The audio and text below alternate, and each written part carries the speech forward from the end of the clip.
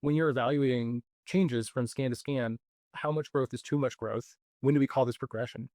That's a good question. I think, look, everybody's different. So I may measure something slightly different than my colleague did, right? And that's why it's important, the findings are the findings and our measurements may be slightly different, but we have to be very explicit as to whether we think that something has progressed, whether the disease is stable, whether there's recurrence, whether there's metastasis.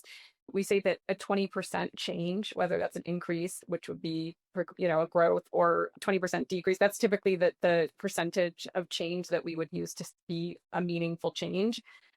But as you said, of course, we have to know as radiologists if these patients are on immunotherapy, because this could be pseudoprogression, right? Especially if this is the first scan after they got immunotherapy. So it's really important that everybody on your team is an expert, that we all, to the best of our ability, can evaluate this and tell you our impression, right? That's what the impression is for, to say how we think this has changed, if it's changed, and what we think the recommendation would be, right? Yeah, and there is variability. There's variability from person to person. When you're in the scanner, your value can just be slightly, the orientation can be a little bit different. Mhm. And I've had calls with friends and patients who will say, "Oh, it says stable, but it's grown by 3 millimeters."